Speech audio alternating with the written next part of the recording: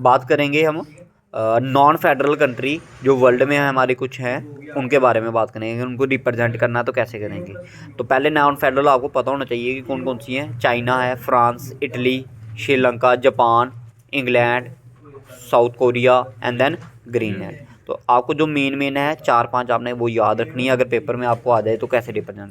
तो सबसे पहले हम बात करेंगे ग्रीनलैंड की। तो ये कहाँ पर है आपका ग्रीनलैंड, ये ग्रीनलैंड आपका सबसे पहले रिप्रेजेंट कर दिया हमने ग्रीनलैंड को, कहाँ पर, यहाँ पर, ठीक है जी। उसके बाद करते हैं बात किसके, इंग्लैंड की। इंग्लैंड कई बार इसको यूके भी बोलते हैं, ठीक है, यूनाइटेड किंगडम, ठीक है। तो ये आपका ये वाला पोर्शन है आपका, ये शेड कर रहा हूँ मैं, ठीक है। This part is UK, clear है।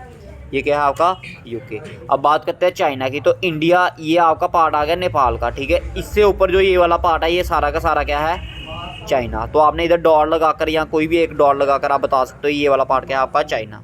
तो आप इसको रिप्रेजेंट कर सकते हो।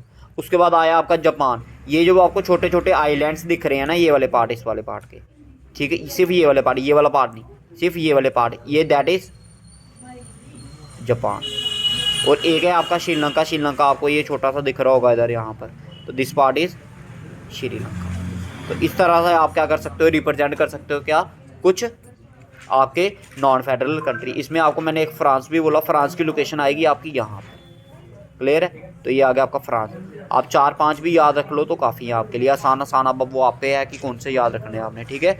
फिर से समझ लो, नॉन फेडरल में कौन कौन सी आएगी आपकी, Greenland, UK, France, China, Sri Lanka and Japan.